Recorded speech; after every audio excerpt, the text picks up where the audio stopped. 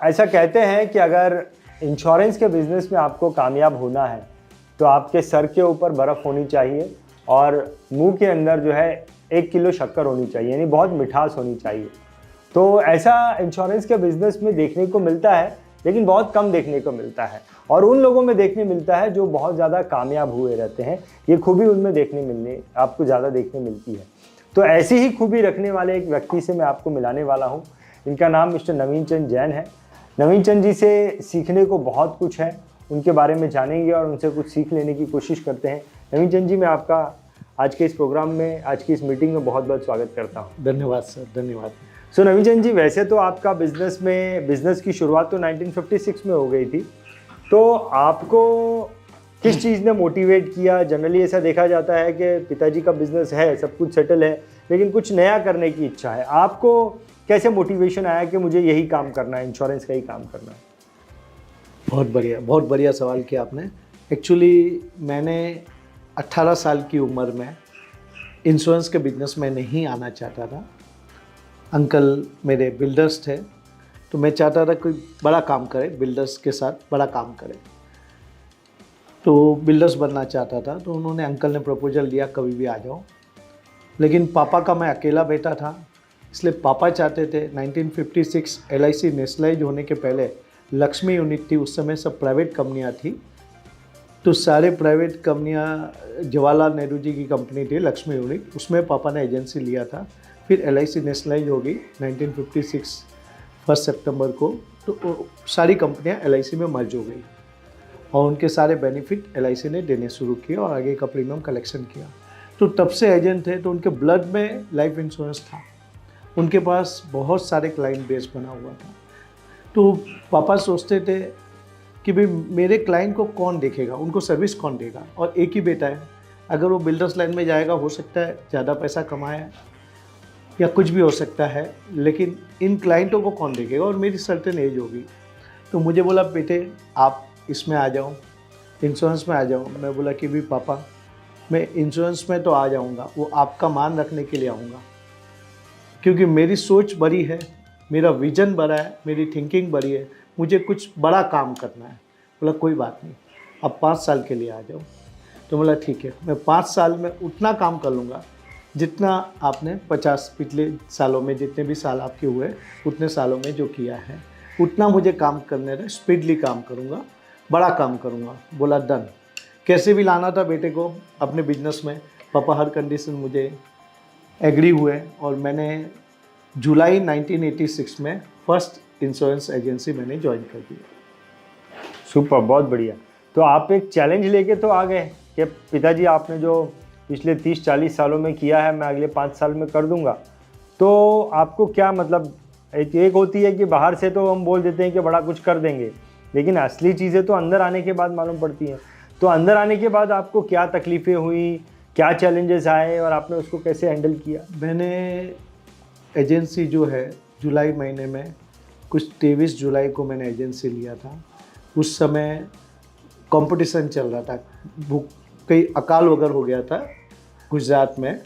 तो अकाल हुआ था, तो फाइनेंस मिनिस्टर ने LIC से पैसा मांगा था कि भी हमें एक्स्ट्रा सपोर्ट लगेगा।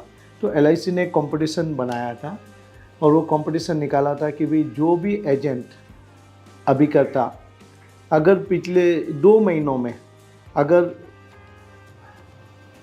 200 पॉलिसी बना देंगे या 50 लाख का बिजनेस करेंगे तो उनको गोल्ड मेडल मिलेगा। वैसे 30 लाख के बिजनेस पे कुछ सिल्वर मेडल था, फिर नीचे के अलग अलग मेडल थे। तो मैंने पापा को बोला कि भाई एक गोल्ड मेडल अपने को लेना है। पापा बोले भाई कैसे पॉसिबल हो गया, एजेंसी लेके 1 वीक हुआ है, 2 महीने का कंपटीशन था, कंपटीशन बंद हो रहा है, तो 200 पॉलिसी करना और 50 लाख का काम करना। तो मैं भी बड़ा जिद्दी, उम्र भी जिद्दी थी, 18 साल की एज थी। नहीं पापा करेंगे आप। अरे कैसे होगा, इतने पूरे साल में अपना 50 लाख का काम होता है। पिछले 15 साल से नंबर 1 ब्रांच में पापा थे एज ए एजेंट। तो बोला कैसे होगा, उस ज़माने में 1986 की बात थी। बोला नहीं करेंगे हम लोग। फिर मैं बोला पापा तो नहीं मान रहे हैं। तो बोला प्रैक्टिकल पॉसिबल नहीं है। पापा बोल रहे कि जो साल भर में नहीं होता है 1 वीक में कैसा, लेकिन बेटे को छोड़ना भी नहीं है। तो बोला अपन ब्रांच मैनेजर के पास जाते हैं। मुझे पता था ब्रांच मैनेजर हमेशा पॉजिटिव रहते हैं, तो उन्होंने मना नहीं करेंगे, तो मेरी जिद, बच्चे की जिद उधर ही पूरी होगी।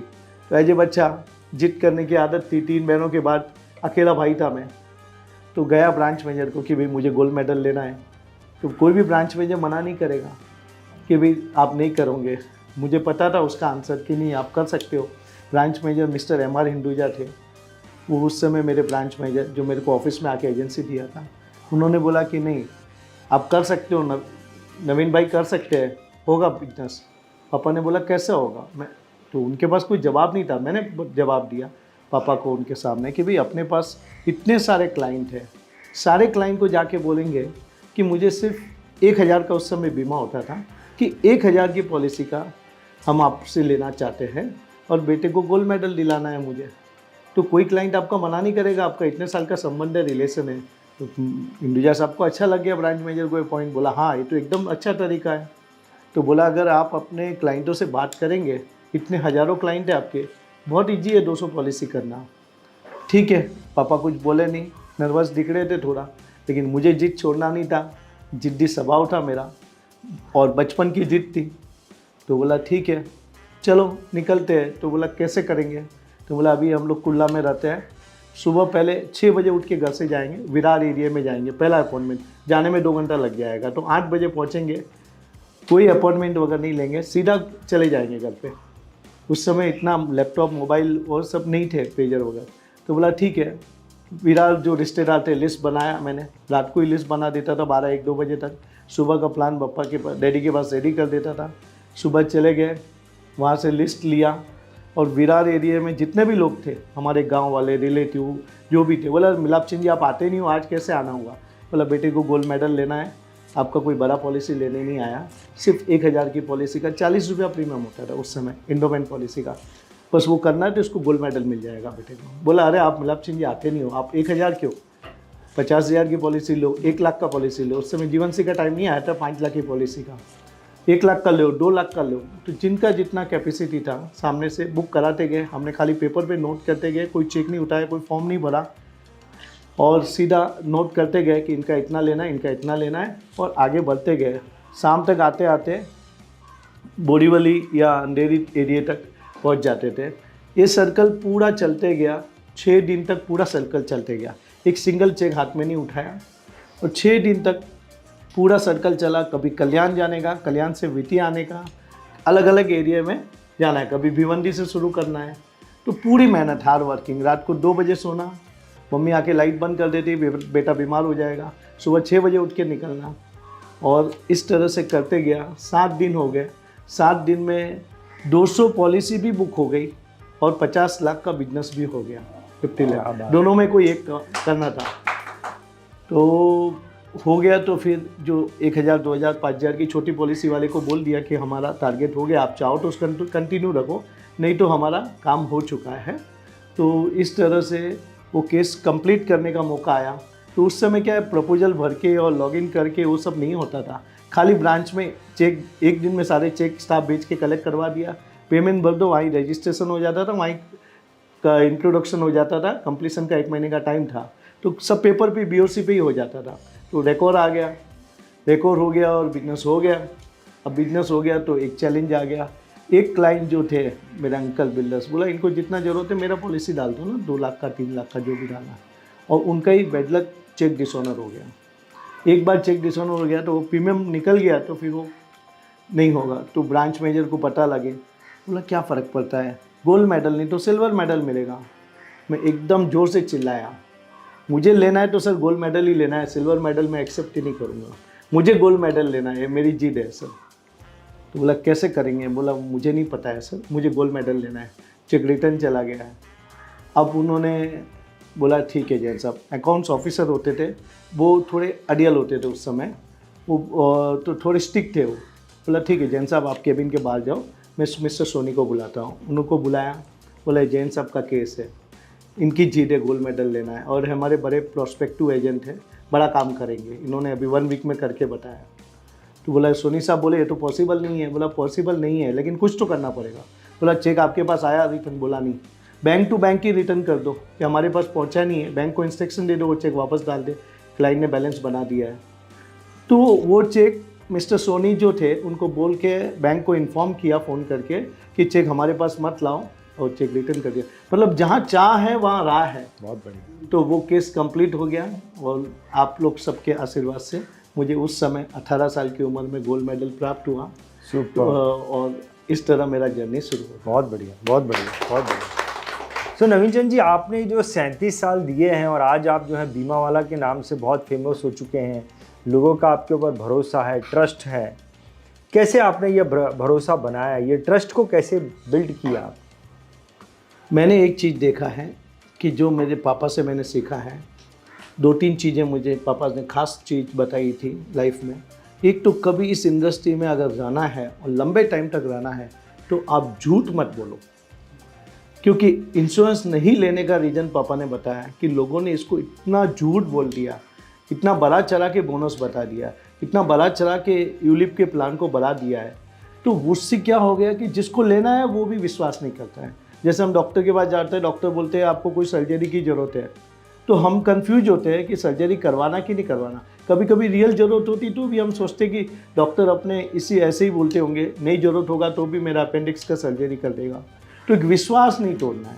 पापा ने वो किया। अगर उस पॉलिसी में 1 लाख की पॉलिसी में अगर 2.5 लाख ही मिलता होगा तो उन्होंने 2.25 लाख ही बताया।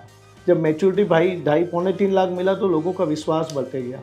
तो ये चीज़ मुझे पापा ने सिखाई है, झूठ मत बोलो, विश्वास जमाते रहो। अगर हमने विश्वास जमाया क्लाइंट के ऊपर, वो क्लाइंट कंटिन्यू आएगा सालों साल तक। आज भी मेरे 65 ईयर्स पुराने क्लाइंट हैं जो आज तक किसी एजेंट को एंट्री नहीं दिया है। ऐसे कितने सारे एजेंट हैं, पापा के टाइम से चल रहे हैं और आज वही एक ही बात पे चल रहा है। कुछ लोग बोलते हैं कि सर्विस पे बिजनेस आता है, मैं भी बोलता हूँ सर्विस तो देना ही चाहिए, पार्ट ऑफ द बिजनेस है। लेकिन सर्विस पे बिजनेस सिर्फ सर्विस पे ही बिजनेस नहीं आएगा, आपको विश्वास पे बिजनेस आएगा। बड़े क्लाइंट और लंबे टाइम तक अगर आपको काम करना है, इस इंडस्ट्री में रहना है, आपको विश्वास जमाना पड़ेगा कि हमारा एडवाइस हमको सही एडवाइस देगा, सही प्लान देगा, और जो प्लान का इन्फॉर्मेशन देगा वो सही देगा, वो सही देगा। वो गुडविल अगर आपने बना दिया तो बिजनेस दौड़ के आपके पास आएगा, आपको बिजनेस लाना नहीं पड़ेगा। वो चीज़ मुझे पापा ने सिखाई है। सेकेंड चीज़, मुझे 2-4 चीज़ें बहुत इंपॉर्टेंट सिखाई है। क्योंकि पापा खुद डेवलपमेंट ऑफिसर थे 15 साल तक, फिर उन्होंने ब्रांच मैनेजर बने, फिर उन्होंने रिजाइन दे के एजेंसी लिया था, तो लाइफ टाइम चेयरमैन्स क्लब हुए। तो 2002 में वो टॉप ऑफ द टेबल हमने मिलके काम किया। 2002 में जब पापा ने मुझे दिया, 1986 में मेरी बात सुनी, तो मेरा भी कर्जा उतारने का मौका आना चाहिए। जब 86 में मैं बच्चा था, 18 साल का था, कलरफुल ड्रेस पहन के गया था। जब जर्नल मैनेजर हमारे ब्रांच में सम्मान करने आए थे मेरा, कि कौन बच्चा जो है जो गोल्ड मेडल ले लिया है, कैसे प्राप्त किया। 1987 में मैंने MDRT फर्स्ट MDRT किया। बहुत गिने चुने लोग MDRT करते थे, वो भी एक जीत थी। तो समय की पाबंदी है, तो वो किया। फिर जर्नल मैनेजर ने आके फंक्शन रखा, 18 साल की उम्र का। पहला ही सवाल मुझे करते हैं, साइड में लेके पूछते हैं, बिजनेस तो पापा ने किया ना? मैंने वापस जोर से आवाज़ उठा के किया, नहीं सर मैंने किया है बिजनेस, मैंने किया है। तो वो बात उन्होंने अपने स्पीच में भी बोला कि मैंने इनको पूछा था, बोला कि मैंने बिजनेस किया। तो कॉन्फिडेंस अपना हिलने नहीं देना है कि 18 साल का बच्चा क्या 200 पॉलिसी लेके आ जाएगा और 50 लाख का प्रीमियम लेके आ जाएगा, बिना पापा के पॉसिबल नहीं है। लेकिन अपना कॉन्फिडेंस मत हटाओ, अपना कॉन्फिडेंस बना रखो। जब मैं आया, मैं निमित किया तो बिजनेस हुआ ना, भले एक्सपीरियंस पापा का था। तो अपना कॉन्फिडेंस हमेशा बना के रखना है। उसी तरह पापा ने सिखाया मुझे कि झूठ मत बोलो, नंबर 1, और सीखते रहो। कोई भी सीखने की मनाही नहीं है। इलीगल काम पापा को पसंद नहीं था, खुद गवर्नमेंट ऑफिसर थे। तो जब मेरे को बात आया कि मुझे बाइक सीखना है, तो बोला सीखने के लिए मैं मनाही नहीं करूँगा, तुमको चलाना है बाइक। तो मेरे को एक पॉइंट मिल गया कि सीखने का पापा कोई चीज़ मना नहीं करता था। 16-17 साल का था, बाइक सीखना था। बोला ठीक है, तुमको सीखना है ना, मैं खुद आऊँगा, साइड में एक एरिया में जाएंगे, वहाँ सीखो, लेकिन चलाना नहीं है बाइक को। बोला ठीक है मंजूर। तो मेरे को बाइक सीखने मिला। कोई भी चीज़ सीखने का मना ही नहीं था। तो मुझे ट्रेनिंग के लिए mister Murali Mehta, mister R Gopinath, mister Santosh Nair, जितने भी कोर्सेस थे सारे कोर्सेस मैंने किए, और जितना हो सके मैं ट्रेनिंग लेता भी हूँ और ट्रेनिंग देता भी हूँ। तो ये चीज़ों से ही मुझे जो सक्सेस का राज मिला है, वही मेरा मेन सक्सेस का राज है कि भाई मुझे आप जैसे लोग मिलते गए, और वो लोग जो मुझे है ना सफलता तक पहुंचाया, कि यहाँ पे भी देखा आप लोगों ने कितनी अच्छी बात किया, बजाज में रह के इतना बढ़िया काम कर रहे हो और जीरो बेस से काम चालू करके इन्होंने जैन साहब ने कुछ 4-5 करोड़ रुपए का प्रीमियम कर रहे हैं, तो ये कोई छोटी बात नहीं है। और भी बाकी लोगों ने अच्छा कार्य किया है। तो ये सब एक दूसरे से लर्निंग और सीखने की वजह से ही हुआ है। परफेक्ट। सो नवीन चंद जी, आपका जो टर्निंग पॉइंट रहा है वो क्या रहा है? आपने आते ही जो गोल्ड मेडल ले लिया वो, या आपने एमडीआरटी किया वो, या आपने टीओटी किया वो? What was your turning point जिसके बाद जो है आपको एक सीढ़ी मिल गई आगे बढ़ने की? देखिए, मेरा टर्निंग पॉइंट तो मेरे पास तो 5 साल का टाइम था। जैसे एक डॉक्टर बताते हैं कि आपको पेशेंट को अभी कैंसर हो गया तो इतने समय ही है, तो जो भी अपनी इच्छा है, जो भी मुरादा है वो अपनी पूरी करता है। तो मेरा भी 5 इयर्स का टाइम ही था और 5 साल में मुझे सब कुछ करना था जो मैं करना चाहता था। जैसे ही 5th ईयर कंप्लीट हुआ तो मैंने सोचा कि भाई अभी कुछ बड़ा करना है। लास्ट ईयर में एमडीआरटी तो हो गया, चेयरमैन्स क्लब हो गया, पापा को सब कुछ बड़ा करे। अभी समय आ गया है कि पापा को मुझे कुछ दे के जाना है। ये पापा ने दिया। 18 साल की उम्र में पापा ने काम किया, नाम मेरा किया। पापा ने कभी नहीं बोला मैंने काम किया। ओके, मैं भी साथ था, मैंने भी सपोर्ट किया, लेकिन एक्चुअल चीज़ क्या थी कि पापा ने किया, मुझे कौन जानता था उस समय। तो अब मुझे पापा को देने का समय आ गया। पापा का एज भी बड़ी एज हो गई थी, तो मैं इस बार पापा को एमडीआरटी नहीं, पापा के कोर में बिजनेस करेंगे और top of the table qualify करेंगे, टीओटी करेंगे। अब टीओटी का टारगेट तो ले लिया भाई साहब, टीओटी सुना तो है, टीओटी होगा क्या? एमडीआरटी तो हो रहा है उस समय, लेकिन टीओटी तो पूरे एक ऋतु नंदा करती थी पूरे इंडिया में, जो यामा स्कूटर की बहू थी वो, और उसके पास तो पूरे हज़ारों उनके खुद के स्टाफ थे, उनका ही बीमा लेके टीओटी करते थे। एक मिश्रा जी करते थे उस समय टीओटी, बहुत गिने चुने लोग टीओटी करते थे, 1 2 3 ऐसे लोग टीओटी करते थे। और मैंने सीओटी भी नहीं, सीधा टीओटी करना है। और किसके लिए करना है? एक उद्देश्य होना चाहिए, आप काम क्यों कर रहे हैं, किसके लिए करना है? पापा को गिफ्ट देना है, क्योंकि मेरा लास्ट ईयर है, मुझे पापा को गिफ्ट देके जाना है। अब टीओटी करना है, तो अब टीओटी करना है, टारगेट तो ले लिया, और जो मन में ठानते हैं उसको पूरा करना है, क्योंकि कभी फेल नहीं हुआ आज तक। जो चाहते हैं वो होता है, क्योंकि एक लगन से काम करो तो कोई भी चीज़ होता है। मैं एक स्क्रू भी लगाता हूँ तो पूरे लगन से। मिसेज बोलती है मैं आधा घंटे से कुछ पूछ ही रही हूँ, आप जवाब नहीं दे रहे हो। मेरा वो स्क्रू में ही फोकस है। जब तक वो स्क्रू सही नहीं लगेगा, एक छोटा सा एग्जांपल दे रहा हूँ, या कोई भी काम करूँगा तब तक मैं दूसरी जगह दिमाग नहीं लगाता हूँ। परफेक्शन होना चाहिए, भले मैं समाज का काम करूँ, चैरिटी का काम करूँ, कोई भी काम करूँ, तो मन में ले लिया तो उसको पूरा करो, नहीं तो मन में लो ही मत कोई भी चीज़। और एक चीज़ किसने बोला कि जो दिल में होगा वो आपका, जो आपके दिल में आएगा वो चीज़ होगा। किसी ने बोला मुझे 1 करना है, किसने बोला 1 करोड़ कमाना है, 100% होगा, क्योंकि आपके दिल में आ चुका है वो चीज़। तो फिर टीओटी करना है। अभी टीओटी बोल तो दिया है, जनवरी महीने से शुरू करना है। किसी एजेंट ने बोला कि भाई जनवरी से कंटिन्यू काम करते तो टीओटी होता है, लास्ट मंथ पे नहीं होता है, तो जनवरी में रेडी हो गए। फिर सोचना चालू किया कैसे करें। बोला 1 महीना मैं बच्चे की पॉलिसी बेचूंगा, चाइल्ड मनी बैक उस समय पॉलिसी चलती थी, वो बेचूंगा सब क्लाइंटों को। 1 महीना ये करूंगा, 1 महीना वो करूंगा। बहुत सारे प्लान बनाए। तो प्लानिंग करने के लिए मैं बॉम्बे में अपने घर से या ऑफिस से प्लानिंग नहीं करता हूँ, मैं आउट ऑफ स्टेशन जाता हूँ। ये मेरे पिछले जब से एजेंसी लिया तब से पापा को लेके जाता था, अब बेटे को लेके जाता हूँ, पापा नहीं है तो आउट ऑफ स्टेशन जाता हूँ। जैसे ही मार्च खत्म हो गया, 3 दिन बैठ के जो भी पेंडिंग काम है मेरे, और जो भी कागज़ वगैरह वो फाड़ के फेंक देना है, सारा ख़त्म कर देना है उधर। पहला दिन तो, दूसरे दिन जो है जो भी लेना देना है अकाउंट्स का वो ख़त्म करना है, बोझा लेके मत चलो। और 3rd डे पूरा दिन प्रोस्पेक्ट लिस्ट बनाना है कि क्या करना है, कैसे करना है, अगले साल का क्या प्लानिंग करना है। ये मैं जब से एजेंसी लिया तब से मेरा आज तक चलते आ रहा है। 3 दिन में आउट ऑफ स्टेशन जाता हूँ परिवार वगैरह को छोड़ के, और अपनी स्टाफ की टीम को लेके जाता हूँ साथ में। तो उस समय प्लानिंग कर रहा था कि कैसे टीओटी करना, डिफरेंट आइडिया, 100-200 पेज बना रहा हूँ, फाड़ रहा हूँ, पागलों की तरह काम सोच रहा हूँ कैसे करना है। और उसके बाद माइंड में आइडिया आ गई कि बड़े एजेंटों के साथ मुझे बैठना पड़ेगा, बड़े एजेंट जो टीओटी करते हैं उनके साथ बैठना पड़ेगा। तो वो कहाँ मिलेंगे बड़े एजेंट? तो एमडीआरटी कन्वेंशन होने जा रहा था लोनावला में, वहाँ पे LIC बुला रही सारे एमडीआरटी को 5 स्टार होटलों में। तो वहाँ पे बुलाया, तो वहाँ पे सारे एमडीआरटी ऑल इंडिया के आए थे। तो मीटिंग ख़त्म होने के बाद हम लोग इधर उधर घूमने नहीं जाते थे, क्योंकि सारे मोटिवेटेड एजेंट थे। एक रूम में बैठ जाते थे 10-20 एजेंट, उसमें टीओटी होते थे, सीओटी होते थे, सब बड़े होते थे। तो डिस्कशन करते थे। तो उसमें की मेन पॉइंट का डिस्कस हो गया कि की मेन पॉलिसी पे असाइनमेंट पे अगर सरेंडर पे टैक्स भर दो तो मैच्योरिटी टैक्स फ्री मिलेगा। अब कायदे चेंज हो गए, उस समय की बात कर रहा हूँ। वो पॉइंट मुझे क्लिक हो गया, एक ही पॉइंट मुझे मिला, पीछे से मैं खाली सुन रहा था। बड़ों के साथ बैठने का क्या बेनिफिट होता है मैं आपको बताता हूँ। एक सिंगल लाइन मिली कि अगर सरेंडर असाइनमेंट पे टैक्स भर दिया तो मैच्योरिटी टैक्स फ्री मिलेगा। तो वो पॉइंट मुझे अच्छा लगा, उस पॉइंट पे मैंने काम किया, मेरे बड़े क्लाइंटों को मैंने बताना शुरू किया। एक ही क्लाइंट ने मुझे 40 लाख रुपीज प्रीमियम दे दिया, 40 लाख रुपया प्रीमियम का चेक तुरंत बना के दे दिया। हालांकि उसके बीच में आधे घंटे डिस्कशन हुआ। उसके charter accountant mister charger and दोषी थे मुझसे, जो ऑल इंडिया चार्टर अकाउंटेंट के प्रेसिडेंट थे। वो बोलते कोई ऐसा कीवन पॉलिसी का बेनिफिट नहीं मिलेगा। बहुत सारे इशू हुए, मैंने उनको बताया सेक्शन 37(1) पूरा स्टडी करके गया था मैं, सेक्शन 37(1) में है। उन्होंने तुरंत उस समय सिस्टम पे देखा और वास्तव में उनका सामने से फ़ोन आ गया कि हाँ 37(1) में है, लेकिन पैसा आएगा, मैच्योरिटी टैक्सेबल होगा, टैक्स फ्री नहीं होगा।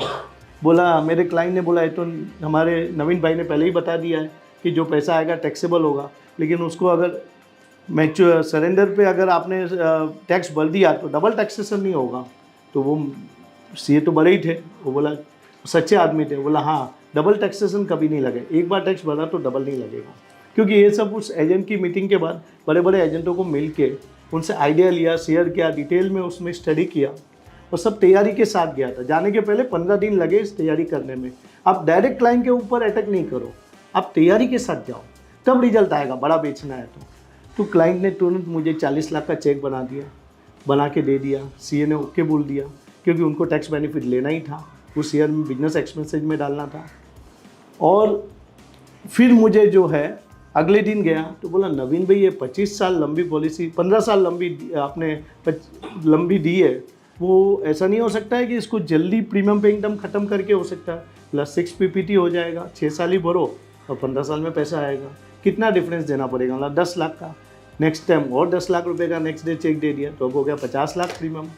और वो क्लाइंट मेरे से कमीशन लेता नहीं था, पापा का पुराना क्लाइंट था।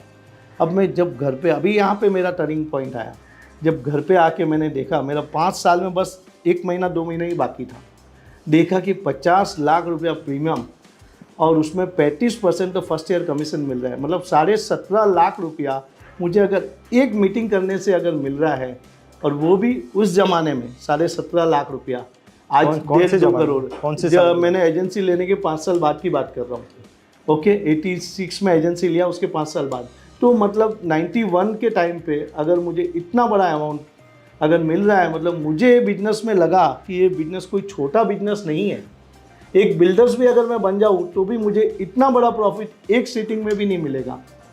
तो मैंने फिर वापस सोचा, वो केस कंप्लीट किए, पहले सोचा कि इस तरह से मैं बड़े क्लाइंटों को अगर टारगेट करूं तो मेरा काम जो है बड़ा बन सकता है। और मेरा उस ईयर में और भी क्लाइंटों से मिल कंप्लीट करके टीओटी किया, और पापा को मैंने टीओटी का गिफ्ट दिया। जो पापा ने मुझे गोल्ड मेडल का गिफ्ट दिया था, मैंने उनको टीओटी का गिफ्ट दिया अपने पापा को। और इसी तरह कार्य फिर वो चलते गया। फिर वो मेरा इरादा चेंज हो गया कि अब मुझे यहाँ पे इतना स्कोप है तो दूसरे में क्यों जाना है। बहुत बढ़िया। तो मैंने, ये मेरा टर्निंग पॉइंट था। चलिए नवीन चंद जी, मैं आपसे ये जानना चाहता हूँ कि नए लोगों को आप कैसे कस्टमर बनाते हैं, आपकी क्या स्ट्रैटेजी होती है अननोन लोगों को कस्टमर बनाने के लिए, नए कस्टमर ऐड करने के लिए क्या करते हैं?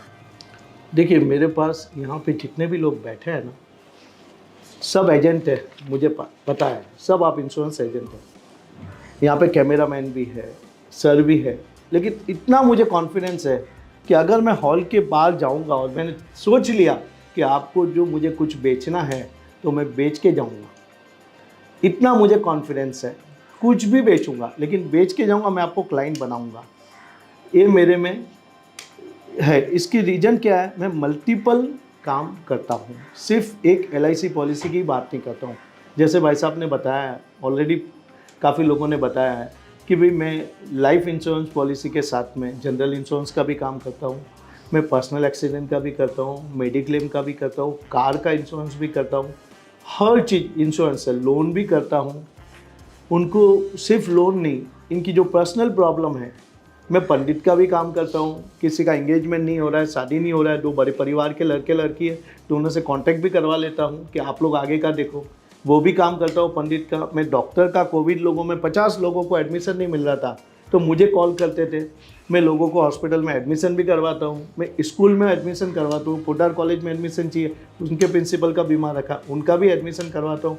मतलब चार्टर्ड अकाउंट किसी का स्कूटनी में फाइल आ गया है, उसका सी हैंडल नहीं कर सकता है, तो वो भी मैं कॉन्टैक्ट रखा है। इनकम टैक्स ऑफिसर भी मेरे क्लाइंट है, पुलिस कमिश्नर मेरे क्लाइंट है, मल्टीपल चैनल मैंने रखा है। और मेरा उद्देश्य रहता है कि अच्छे कार्य के साथ काम करते रहो। अभी मैंने बहुत सारी सोशल संस्था जोड़ के रखी है, जैसे मैं लायंस क्लब का 20 साल पहले प्रेसिडेंट था, मेडिकल सेंटर चेयरमैन था। आज भी अभी बाबा हॉस्पिटल में कल ENT डिपार्टमेंट का ओपनिंग हुआ, नेक्स्ट वीक में आई डिपार्टमेंट का ओपनिंग होगा। एक डोनर से 8 लाख रुपया लिया, आई डिपार्टमेंट बन रहा है, गवर्नमेंट हॉस्पिटल है, हज़ारों पेशेंट उसका लाभ ले रहे हैं। उसी तरह ऑल इंडिया कॉन्फ्रेंस में महामंत्री, एजेंट एसोसिएशन में मैं सेक्रेटरी था। जगह जगह अलग अलग गांव के समाज में जुड़ा हूँ, जीतो से जुड़ा हूँ, जैन समाज से, अलग अलग संस्था में मैं टाइम देता हूँ। और किसी का भी कार्य आता है तो वो मैं करता हूँ।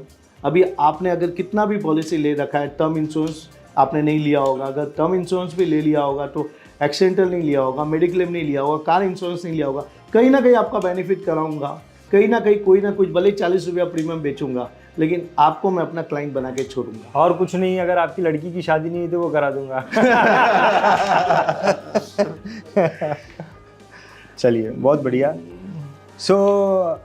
तो आपकी जो ब्रांडिंग होती है वो यही सब एक्टिविटीज़ है जो आपकी ब्रांडिंग मार्केटिंग करती है? यस, मुझे पॉलिसी बेचना नहीं पड़ता है, लोग खरीदने आते हैं मेरे पास में, पता नहीं कहाँ कहाँ से आते हैं। अभी लॉकडाउन में जब मेडिक्लेम का बिजनेस सबका चला था, मेरे पास हर महीना 10 लाख रुपया प्रीमियम आना शुरू हो गया, फ्रेश नया बिजनेस। जो क्योंकि मेडिक्लेम बिजनेस मैं नहीं करता था, मेरी टीम करती थी, 25 लोगों की टीम है, वो करती थी। मैं लाइफ इंश्योरेंस बेचता था, समय की पाबंदी है, इसको शॉर्ट में करता हूँ। तो मैंने जब घर पे ही बैठे थे तो वो डिपार्टमेंट मेरा हाथ में लिया, तो हर महीने 10 लाख रुपया प्रीमियम आना शुरू हो गया। और कहाँ कहाँ से लोग फ़ोन कर करके आए, लोग डरे हुए थे। और आज लॉकडाउन ख़त्म होने के बाद भी आज भी हर महीने 10 लाख रुपया नया प्रीमियम आ रहा है, क्योंकि उनका क्लेम पास हो उसकी जवाबदारी मेरी है।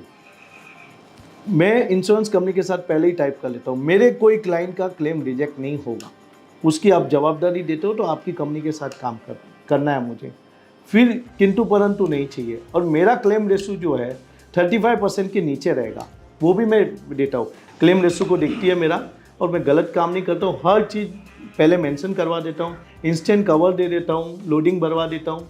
तो वो चीज़ देखते हुए क्लाइंट कहाँ कहाँ से आ रहे हैं, आज भी लोग ढूंढते ढूंढते फ़ोन करते हैं। मेरा काम होता है, फ़ोन आता है, मैं माल बेचना शुरू नहीं करता हूँ, फ़ोन आया, बात किया, कॉन्फ्रेंस में मेरे ऑफिस टीम से जुड़वा देता हूँ, बता देता हूँ इनको बेस्ट प्लान दो, फाइनल करते, तब एक बार वापस बात कर लेते, बस मेरा रोल ख़त्म। मैंने आज तक ब्रांच में स्लिप नहीं भरी है। आप लोग बहुत मेहनत करते हो, मेरा इतना मेहनत नहीं करता हूँ। मेरा काम है लोगों से कांटेक्ट करना, कभी कोई काम अपने हाथ से नहीं करता हूँ, उसके लिए टीम रखी है, टीम काम करेगा। कभी कैश काउंटर पे जाके मैंने पैसा नहीं भरा है, पूरे साल में 2 बार ही LIC के ब्रांच में जाता हूँ। और जितना काम हो सकता है टीम वर्क से करवाइए। यही जितने भी बड़े एजेंट होंगे इसी तरह काम करते हैं कि टीम वर्क से काम करवाते हैं। आप भी हो सके अपने टीम वर्क, कम से कम एक स्टाफ अपॉइंट करके आप काम करना शुरू करिए। नवीन जैन जी, 2 सवाल और आपसे पूछना चाहता हूँ। एक तो सवाल ये है कि आदमी जितना ऊपर जाता है, ऊपर तो दिखाई देता है लेकिन बीच में कई बार वो गिरा भी होता है, तो क्या आपकी इतनी सारी कामयाबियों के बीच में कोई आपका फेलियर है जो आपको लगता है कि ये मेरे लाइफ में एक बड़ा फेलियर भी हुआ और मैं उससे ओवरकम होके बाहर आया था, ऐसा कुछ याद आता है?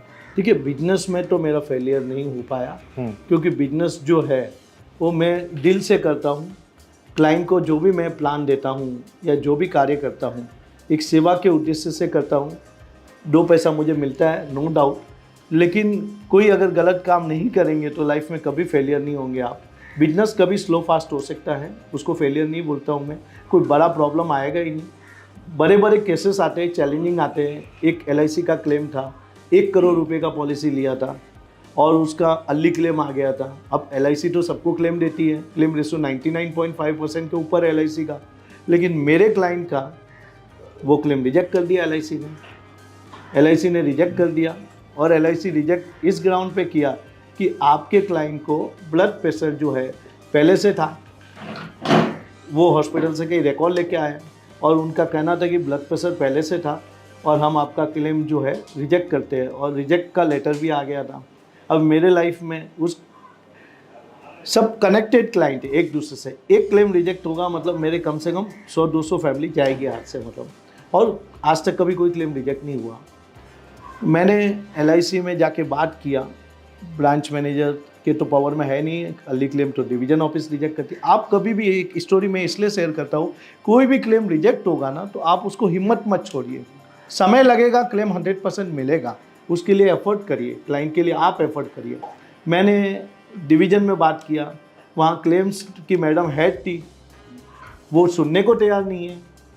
जैसे हम लोग वहाँ पे इतना बड़ा एजेंट होके, TOT एजेंट होके भी उस साल में वहाँ पे ऐसा जैसा कोई चोर आया है, मैंने चोरी कर दिया है, मैंने कोई गलत माल बेच दिया है, उस तरह ट्रीट करने लगे। जबकि सीनियर DM वगैरह मेरे अच्छे मित्र थे।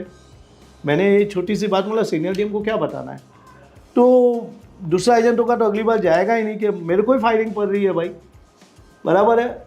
लेकिन मैं हिम्मत नहीं हारा, मैंने बोला कि भी डिवीज़न ऑफिस का मैडम का ए व्यू है, उनका व्यू उनके हिसाब से सही है, और उसके ऊपर जर्नल ऑफिस बैठी हुई है। LIC कभी भी किसी का पैसा नहीं देना ऐसा कभी नहीं करेगी, कहीं ना कहीं मिसअंडरस्टैंडिंग हुआ है। जर्नल ऑफिस बैठी है, मैंने अपना केस जर्नल ऑफिस में पुटअप किया, वहाँ पे जाके बात किया, वहाँ पे रिटायर्ड जज वगैरह बैठे हुए हैं, पूरी टीम बैठी हुई है, जो भी डिवीज़न से क्लेम रिजेक्ट होती है जर्नल ऑफिस में आप पुटअप करो। मैंने केस को पुटअप किया कि क्लाइंट का किडनी फेलियर 20 साल पहले था, एक किडनी नहीं थी, मैंने उसका डिस्चार्ज कार्ड दिया है, प्रपोजल फॉर्म पे मेंशन किया हुआ है, वो डिस्चार्ज कार्ड का कॉपी मैंने दिया है। 20 साल पहले जब किडनी का ऑपरेशन करते हैं तब उसको ब्लड प्रेशर हुआ था, वो भी चीज़ रिकॉर्ड में है। पिछले 20 साल में कोई भी उसने BP का कभी कोई टैबलेट लिया नहीं है, वो भी रिकॉर्ड में है। 20 साल पहले आप BP बता रहे हो, बात सही है, लेकिन वो कभी उसके बाद कोई टैबलेट नहीं लिया। बहुत बार पेशेंट को जब सर्जरी होती है तो ब्लड प्रेशर डायबिटीज बढ़ जाता है टेम्पररी 15 दिन महीने के लिए। उसके पास मैं खुद ब्रिज कैंडी के डॉक्टर के पास गया, उनसे सर्टिफिकेट लिया। एक ब्रिज कैंडी के असिस्टेंट डॉक्टर ने गलत सर्टिफिकेट इशू कर दिया था, जो LIC इन्वेस्टिगेशन करने जाती है, वो पता लगा कि उन्होंने लास्ट 20 ईयर्स लिख दिया। 20 ईयर्स पहले हुआ था, लेकिन 20 साल से BP का गोली ले नहीं रहा था। वो फिर सीनियर डॉक्टर थे, उनका एक लेटर लिया, उसके लिए एफर्ट करना पड़ेगा, घर बैठे क्लेम पास नहीं होगा आपको। क्लाइंट का 1 करोड़ रुपए का सवाल था, वहाँ 6 धक्के खाए ब्रिज कैंडी में हॉस्पिटल में, तो उनको टाइम मिलेगा वैसे जवाब देंगे, बड़े डॉक्टर का अपॉइंटमेंट मिलेगा तब मिलेगा। 6 धक्के खाया, वहाँ से वहाँ लेटर लिया मैंने कि इनको 20 साल पहले BP हुआ था, 20 साल में कभी टैबलेट नहीं लिया। फैमिली डॉक्टर उसको मिला, मैं जो MD डॉक्टर थे उनके पुराने 6 ECG लेके गया कि ECG में कोई चेंजेस आ जाता था तो BP का और पल्स का कोई चेंजेस नहीं है उस क्लाइंट का। सारा चीज़ मैंने पुटअप किया ऑफिशियली, और क्लाइंट को क्या नीड है, वो विडो लेडी को क्या नीड था, उसका नीड बताया। केस जर्नल ऑफिस में पुटअप हुआ, 6 महीने का टाइम लगा मुझे ये सब फाइट करने में। और जब भी क्लेम्स टीम को डिवीज़न में जाते हैं तो क्या जवाब देते हैं आपको मैंने बता दिया था कि उनको लगा कि ये चोर है, चोरों की तरह इन्होंने गलत पॉलिसी बेची है, जबकि कोई गलती नहीं, सारा चीज़ मैंने दिया हुआ था। मिसअंडरस्टैंडिंग हो जाती है तो उनके ऊपर जर्नल ऑफिस बैठी है, सेंट्रल ऑफिस। जर्नल ऑफिस में जब केस को स्टडी किया तो सिर्फ उन्होंने 1 करोड़ रुपया ही नहीं दिया, बोनस के साथ में उसका ब्याज के साथ पेमेंट किया LIC। सुपर, क्या बात, क्या बात। नवीन चंद जी, अब आपने इतने सारे गोल्ड मेडल, MDRT, TOT और इतने सारे अचीवमेंट कर लिए हैं, यहाँ से आगे अब आपका क्या गोल है, क्या विजन है और उसके लिए आप क्या कर रहे हैं? देखिए, मैंने अपने बच्चों को सबसे पहले तो मैं इसलिए एग्जांपल देता हूँ कि आप भी एग्जांपल दे सकते हो। मैंने पिछले 2 साल में अपने बच्चों पे 3 करोड़ रुपए का खर्चा किया। 2 बेटे हैं मेरे, यहाँ से CA किया, MBA करने गया, 93 लाख उसका फ़ीस भरा छोटे बेटे का। हालांकि बड़े बेटे को स्कॉलरशिप मिल गया $80,000, क्योंकि CA था वो, तो वहाँ पे उसको सिर्फ 20 लाख की फ़ीस भरनी पड़ी। लेकिन वहाँ पे बहू बैठी थी, एक दिन मुझे फ़ोन आया, बेटे क्या कर रहे हैं? तो बोला बेटे पापा हिमांशु का इंतज़ार कर रहे हो, हस्बैंड का। बोला भाई किसी का लाइफ में इंतज़ार नहीं करना है, मुझे पापा ने ये सिखाया नहीं है। तुम क्या कर रहे हो? मैंने पूछा। बोला मैं उनका खाने का वेट कर रही हूँ। बोला ऐसा नहीं चलेगा, कुछ तुम करो। तो बोला क्या करूँ पापा? बोला तुम अमेरिका में हो और मेरे को पूछते हो क्या करूँ। वो समझ गई, नेक्स्ट डे कॉलेज में गई। बोला कौन सा कोर्स चल रहा है? बोला मास्टर डिग्री आप कर सकते हो 1 साल का।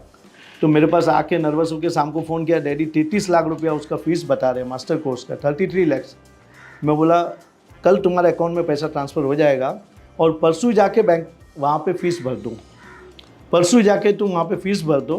तो बेटे के जब MBA पूरा हो जाएगा, साथ साथ में उसका 2 साल का था, इसका 1 साल का था, 6 महीने लेट ज्वाइन किया, साथ साथ में तुम्हारा भी पूरा हो जाएगा। गई, जैसा मैंने इंस्ट्रक्शन दिया, बहुत समझदार बहू है, इंस्ट्रक्शन दिया, गई, फीस भरा।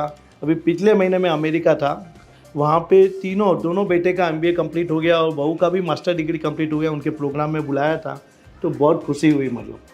तो वो मेरा उद्देश्य था, और वो इंश्योरेंस और बैंकिंग में ही कर रहे हैं सारे लोग, और mutual fund, share market related अलग अलग सब्जेक्ट पे वो लोग तीनों कर रहे हैं। आगे जाके इंडिया में आएंगे, पढ़ने भेजा है। ये एग्जाम्पल मैंने इसलिए दिया है कि मैंने प्लानिंग किया था अपने बच्चों के लिए, उनके लिए इंश्योरेंस लेके रखा था, उनके लिए छोटा छोटा इन्वेस्टमेंट करता रहा। उस समय पहले ही दिन से मुझे करोड़ों रुपया नहीं आया, तो आज मैंने 1 साल पहले मैंने 4.25 करोड़ का एक फ्लैट लिया, जहाँ गुंडेचा गार्डन में रहता हूँ।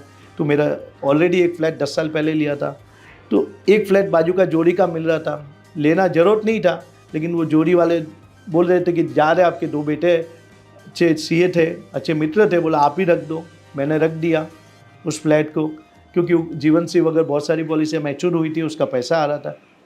तो आप जो है अपने क्लाइंटों को बता सकते हैं कि मैंने अपने बच्चों के लिए प्लान किया था, तो आज मुझे फाइनेंशियली तकलीफ नहीं हुई और बच्चों का एजुकेशन कंप्लीट हुआ।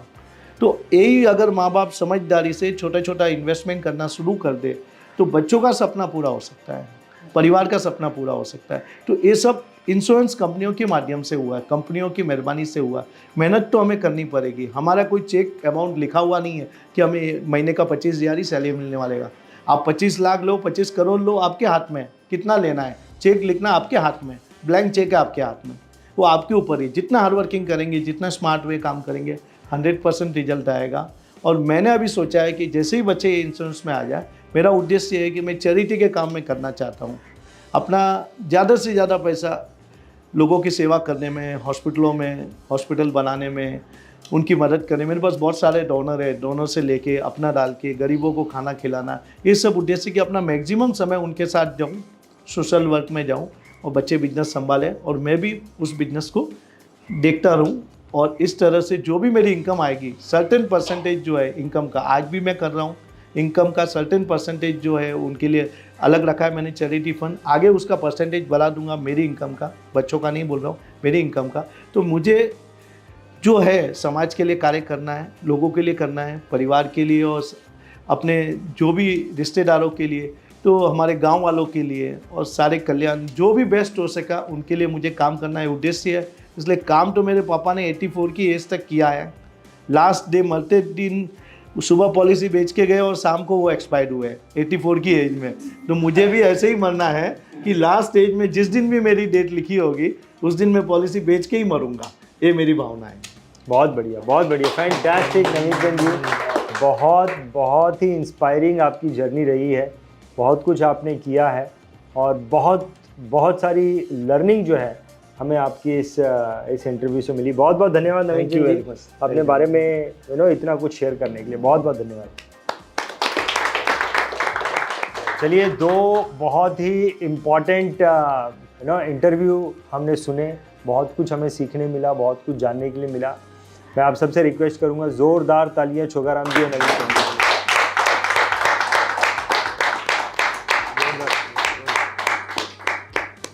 BITV YouTube चैनल पर सब्सक्राइब करिए, बेल आइकन दबाएं।